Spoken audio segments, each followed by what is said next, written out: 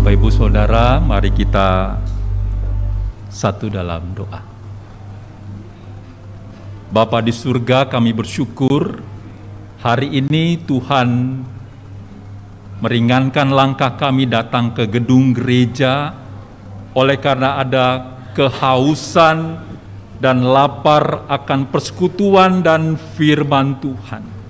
Dan kami bersyukur siang hari ini dalam ibadah ini kami membahas satu bagian yang sangat-sangat penting yang kami lakukan sehari-hari. Kami akan berbicara tentang keluarga. Kami bersyukur karena Tuhan yang berinisiatif membangun keluarga pertama Adam dan Hawa, dan Tuhan juga terus memunculkan tokoh-tokoh iman dalam keluarga-keluarga, dalam segala kerapuhan mereka, datang dan pergi dalam setiap generasi. Dan kami bersyukur kami menjadi bagian daripada arak-arakan itu, dan kami akan menuju kepada keluarga Allah ketika Tuhan Yesus datang kembali. Oleh karena itu, berikanlah kami rasa haus dan lapar itu, supaya pengertian-pengertian yang baru dapat kami terima, dan pengertian-pengertian yang lama yang mungkin ada blind spot yang belum kami mengerti, Tuhan sempurnakan dengan firman yang akan kami dengarkan. Tuhan tolong pimpin mulut bibir hamba-Mu dalam segala kelemahan, keterbatasan, dalam segala kebodohannya. Tuhan tolong untuk dapat menjadi berkat baik kami yang mendengarkan maupun hamba-Mu yang menyampaikan. Di dalam Kristus kami berdoa. Amin. Shalom Bapak Ibu. Shalom. Suara saya terdengar cukup? Oke. Baik. Hari ini kita membahas satu tema, yaitu membangun keluarga bahagia. Boleh saya mulai dengan pertanyaan? Boleh ya? Tanya ya, nanti baca Alkitabnya. Tapi biasanya kalau pembicara bertanya, biasanya jemaatnya suka menyenangkan pembicaranya. Ya, ya. Bapak Ibu di sini, siapa di sini yang keluarganya bahagia semua? Angkat tangan. Kalau semuanya bahagia, saya langsung amin ya, kita langsung pulang. Ya. Siapa di sini yang rasa kurang bahagia gitu? Malu-malu ya, padahal dalam hati, aduh, tadi berangkat kayaknya gue omelin istri gue gitu ya. Ya, aduh, tadi mau berangkat ke gereja, anak-anak ada ulah sedikit, akhirnya rada kesel sedikit ya. Nah, apapun keadaan Bapak Ibu hari ini ya, saya tidak akan amin, saya tetap khotbah hari ini.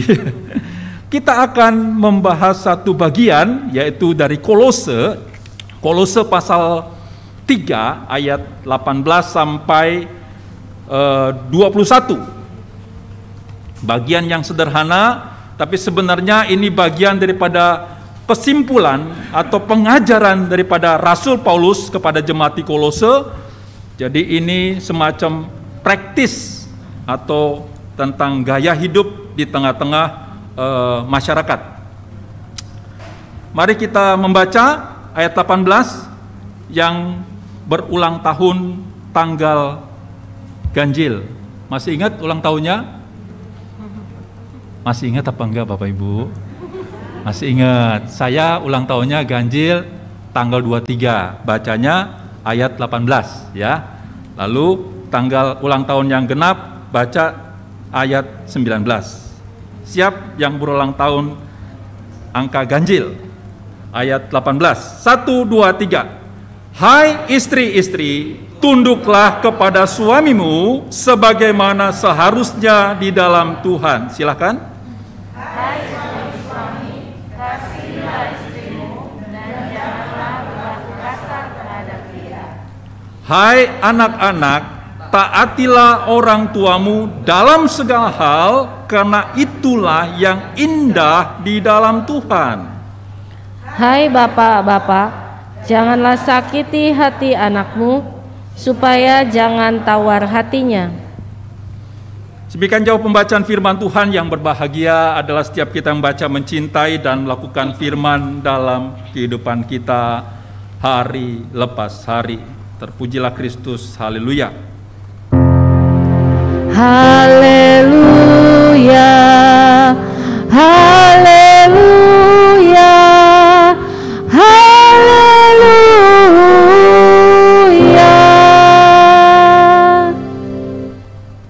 Bapak Ibu Saudara yang dikasihi oleh Tuhan, saya lihat di sini ada yang datang suami istri, ada yang datang di sini duduk bersebelahan suami istri? Tidak ada? Oh, Bapak sama Ibu, baik Bu. Boleh berdekatan Bu? Berdekatan? Itu suami resmi ya Bu? Puji Tuhan, satu-satunya, the only one ya. Oke, boleh pegangan tangan Bu? Saya bukan ngerjain ya, cuma ini menjadi teladan indah buat kita semua ya. Pegang tangan, baik. Saya mau tanya Bapak sama Ibu, mana lebih kuat getaran waktu pacaran dengan sekarang? Puji Tuhan, weh. Itu baru luar biasa ya. Jadi getaran itu ketika pacaran, itu getarannya mungkin masih 110 volt ya Pak ya. Nah sekarang jadi 220 volt, betul Pak? Ya, itu namanya cinta dalam keluarga. Cinta dalam relasi suami dan istri. Makasih Bu ya. Lanjutkan pegang tangan juga, saya senang lihatnya Bu. Ya. Nah Bapak Ibu Saudara yang dikasihi oleh Tuhan, ada banyak keluarga hari-hari ini terjebak dengan relasi-relasi yang suam-suam. Oleh karena apa? Oleh karena melupakan dua hal. Ya, Bapak Ibu boleh tahu sudah berapa puluh tahun menikah? Wow, luar biasa ya. Berapapun usia kita dalam menikah, sesungguhnya ada bagian-bagian yang sering kita lupakan di dalam perjalanan pernikahan kita sebagai suami dan istri. Ada banyak survei yang sudah kita bisa baca, tetapi ada dua bagian yang perlu kita evaluasi kalau kita sebagai suami dan istri. Soalnya yang pertama adalah kalau kita membangun relasi keluarga yang bahagia, ingatlah bahwa ketika kita membangun relasi suami dan istri, kita jangan melupakan relasi sebelumnya ketika kita berpacaran. Ya, ada banyak bapak yang sebut istrinya emak gitu ya. Oma begitu ya orang Batak bilangnya. Tapi kita melupakan bahwa dulu waktu kita pacaran atau waktu kita sedang masa-masa bulan madu, kita menyebut istri kita honey, sayang, ya, engkau bulanku, engkau matahariku, ya, memuji, ya. Jadi kata istri itu penting, tetapi kata kekasih itu jangan dilupakan. Amin, Bapak Ibu. Siapa di sini yang sehari-hari sebut istrinya dengan sayang atau suaminya dengan sayang? Boleh angkat tangan. Siapa di sini yang sebut dengan namanya? Oh, namanya. Langsung namanya, Pak. Oh, begitu ya. Misalnya nama saya Charles, istri saya Sylvie ya. Sylvie, tolong ambilin sepatu saya. Kira-kira lebih mesra mana dengan sayang, boleh nggak ambilin sepatu saya? Aku hari ini mau pelayanan. Mana yang lebih merasakan ada touching di situ? Pasti yang kedua, ya. Perkataan nama itu bisa dalam arti kita dekat, tapi bisa juga kita dalam arti kurang respect dengan dia. Ya. Tapi apapun itu, kita bisa berbeda ya. Tapi yang paling penting adalah ketika kita menjadi suami dan istri, mari kita ingat selain istri atau selain suami, Dia adalah kekasih kita. Kekasih kita. Sama-sama katakan 1, 2, 3. Kekasih kita. Nah, kalau istri dan suami kita adalah kekasih kita, maka bagian yang penting untuk membangun relasi suami dan istri, kita perlu lakukan kencan. 1, 2, 3 katakan kencan. Siapa di sini yang pernah kencan suami istri? Bukan dengan will atau pil ya. Terakhir kapan kencan Pak? Sama ibu, nggak bawa anak-anak, datang ke sebuah villa, lalu bercakap-cakap dari hati ke hati. Kapan terakhir Pak? Sudah lama ya. Harus dilakukan minggu depan atau bulan depan Pak, segera. Kenapa? Supaya janji firman Tuhan itu dalam Yohanes pasal 10 ayat 10b, aku datang supaya engkau memiliki hidup di dalam kelimpahan. Kelimpahan bukan berbicara tentang harta, bukan berbicara kesehatan saja, tapi berbicara tentang spiritual, emosional, relasi yang semakin karib sebagai suami dan istri. Oleh karena apa Alkitab berkata bahwa kita dalam relasi kita sebagai suami istri, kita dilatih untuk menjadi apa? Menjadi pengantin Kristus. Sama-sama katakan 1, 2, 3. Pengantin Kristus. Ya. Jadi kalau kita dipersiapkan untuk menjadi pengantin Kristus, kita harus menjadi serupa dengan Kristus. Karena Kristus yang akan menjadi mempelai kita ketika nanti Tuhan panggil kita. Nah, inilah bagian yang paling penting, yang paling dasar buat suami dan istri ya. Saya bukan nasihatin, cuma nyampein ya. Juga dalam proses juga untuk melakukan dalam kehidupan sehari-hari. Saya berusaha ucapkan istri saya, sayang, kamu pulang jam berapa? Sayang, kamu sudah makan apa belum? Ya. Sayang, kamu di mana? Tolong beri kabar. Ya, kami ucapkan itu supaya apa? Supaya relasi itu menjadi relasi yang penuh dengan pujian. Supaya ketika dia pulang dari kantor dengan beban pekerjaannya, dia datang disambut dengan sebuah perkataan yang hangat dan mungkin diperlakukan seperti permaisuri begitu ya. Halo sayang, bagaimana harimu? Apakah yang bisa kita percakapkan hari ini?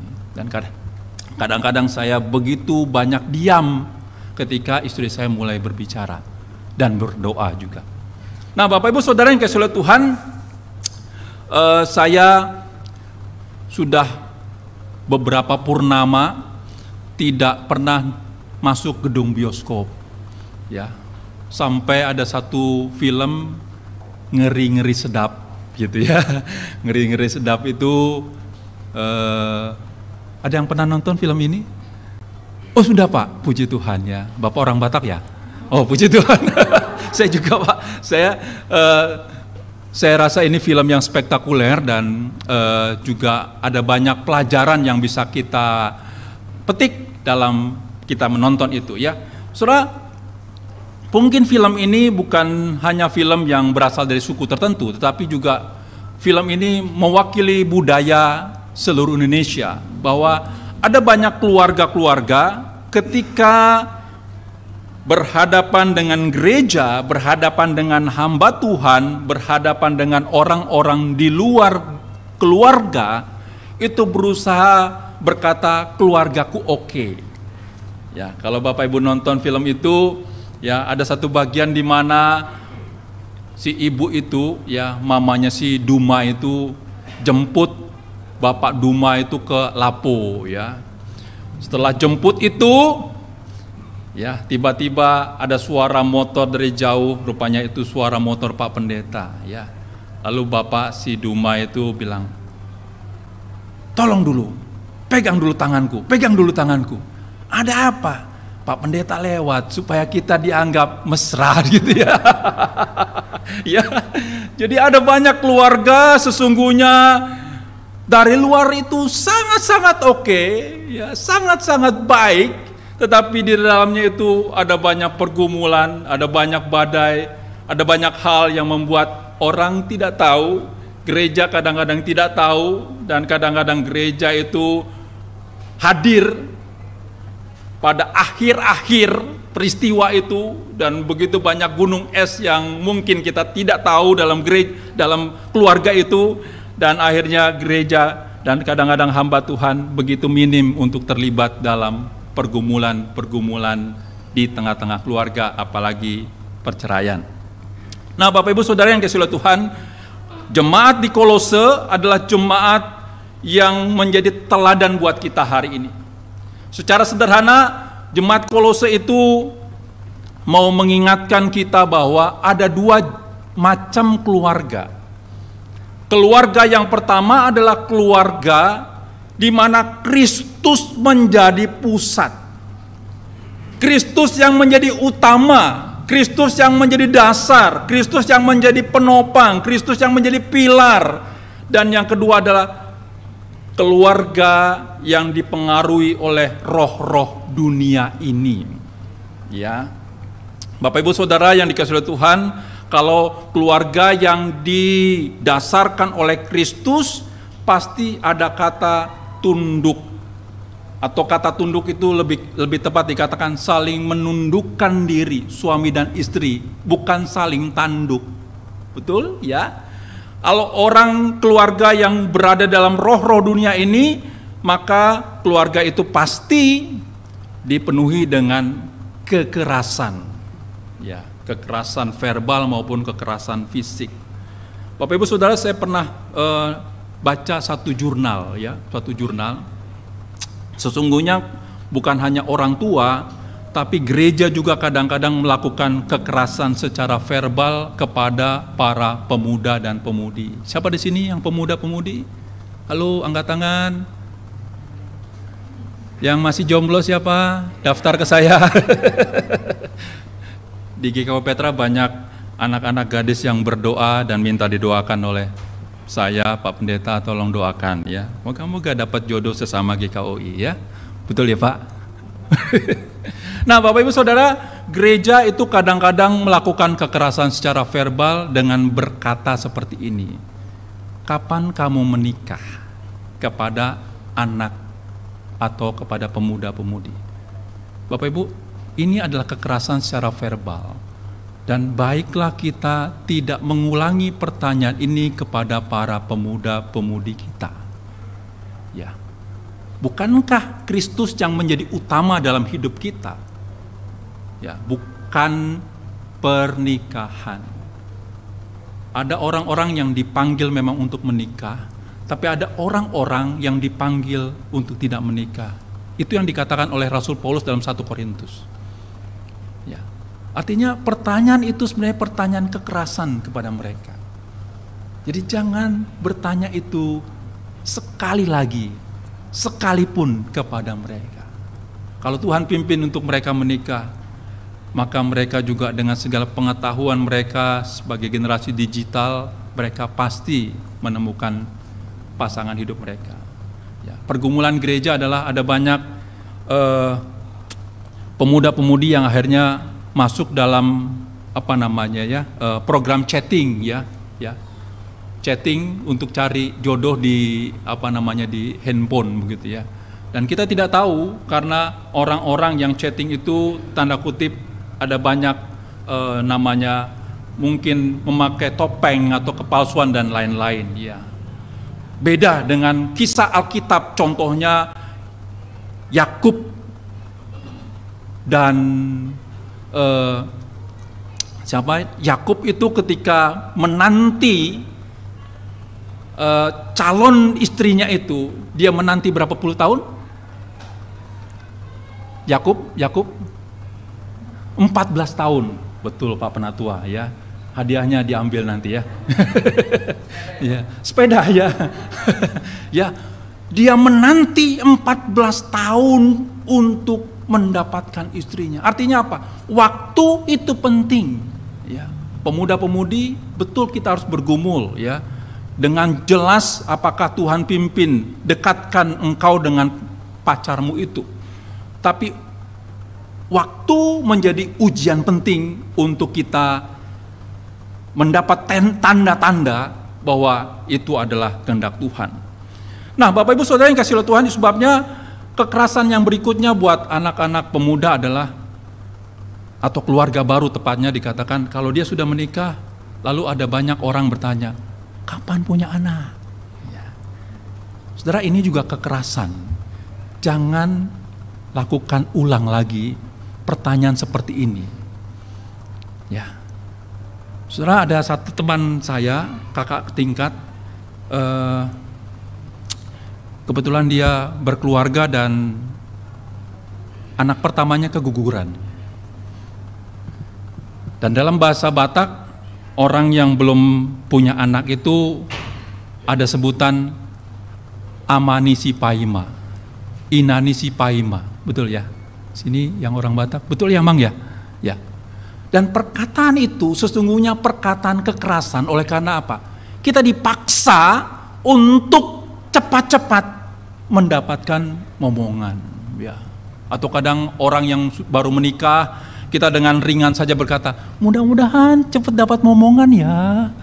Nanti biar papa mamanya dapat cucu, ya seneng-seneng cucunya sama papa mamanya sama oma opanya. Saudara, kita tidak boleh mengintervensi sebuah keluarga karena mereka punya peta perjalanannya sendiri. Setuju Bapak Ibu? Setuju. Sebabnya Bapak Ibu yang dikasih Tuhan, mari jangan lakukan kekerasan, baik secara verbal maupun dengan sikap-sikap yang merendahkan pemuda dan juga keluarga-keluarga muda. Ini penting.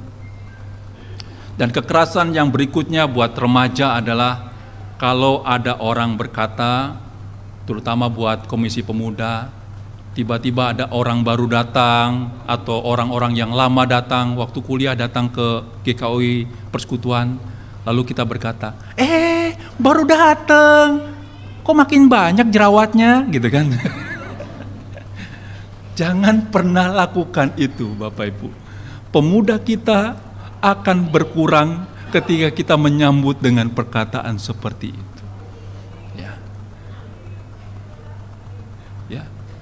Pertamanya sih bilang, makin cantik, tapi kenapa jerawatnya makin banyak? Sama aja.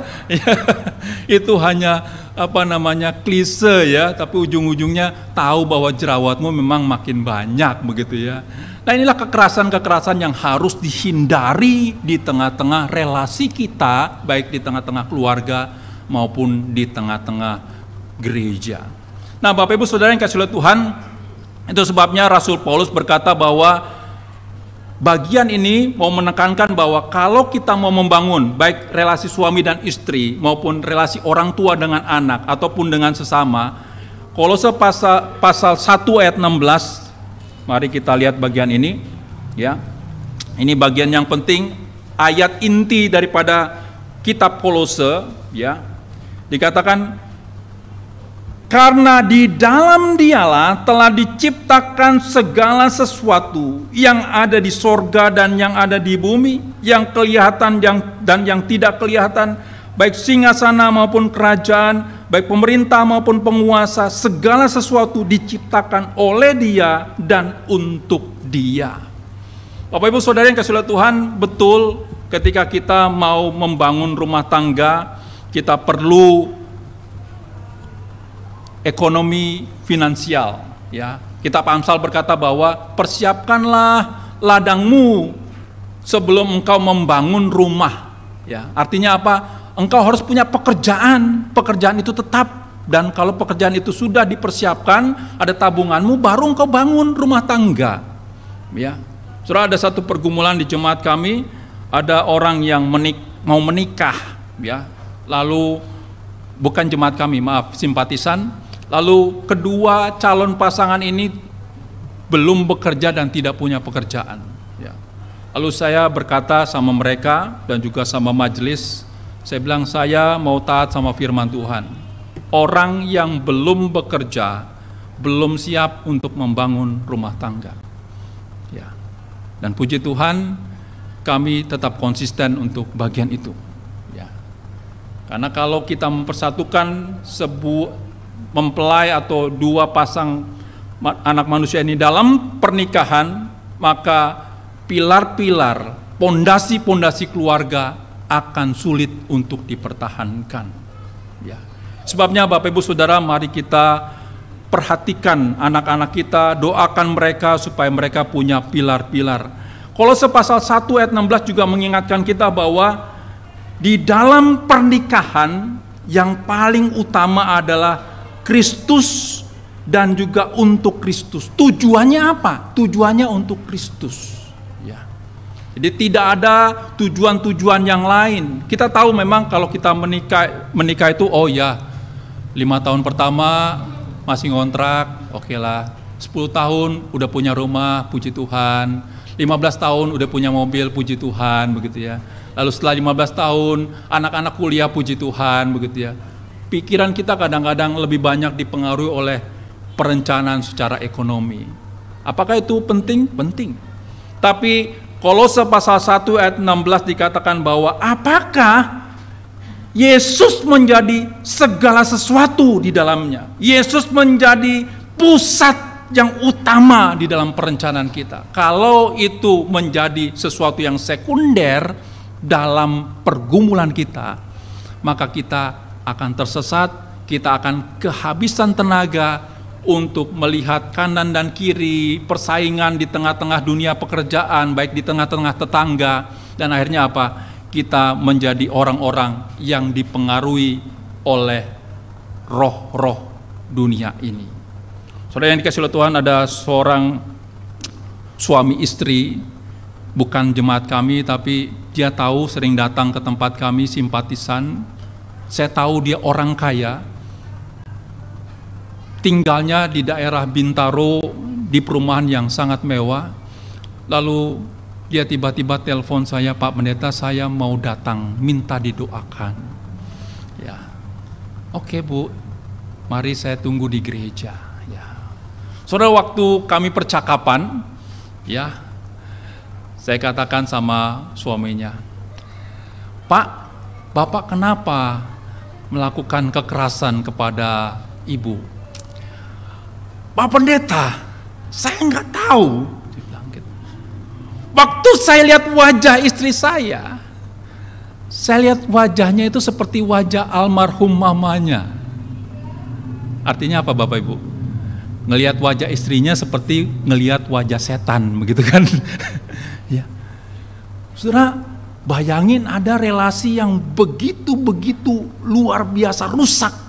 Ya, tetapi mereka tetap diberkati. Saya nggak tahu apakah dia di dalam Tuhan atau enggak, tapi mari. Ini didasarkan dengan satu pengalaman bahwa ada orang-orang yang memang sungguh diberkati secara materi, tetapi secara rohani mereka kekeringan. Saudara, melalui pengalaman ini saya mau mendorong kita, ya, mendorong kita bahwa keberhasilan secara ekonomi finansial itu penting, tapi keberhasilan secara spiritual rohani kepada anak-anak kita. Ketika memilih pacar atau pasangan hidup bukan sekedar memperhatikan hal-hal yang materi itu saja, tetapi juga memperhatikan hal-hal yang rohani. Supaya apa? Supaya Kristus yang menjadi utama, Kristus yang menjadi pondasi dalam relasi mereka.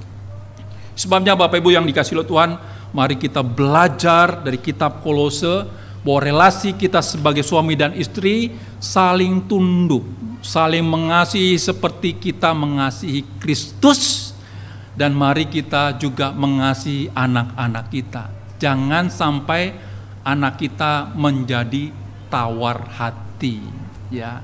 Itulah yang terjadi dalam film Ngeri Sedap. Kenapa anak-anaknya menjadi tawar? Oleh karena apa?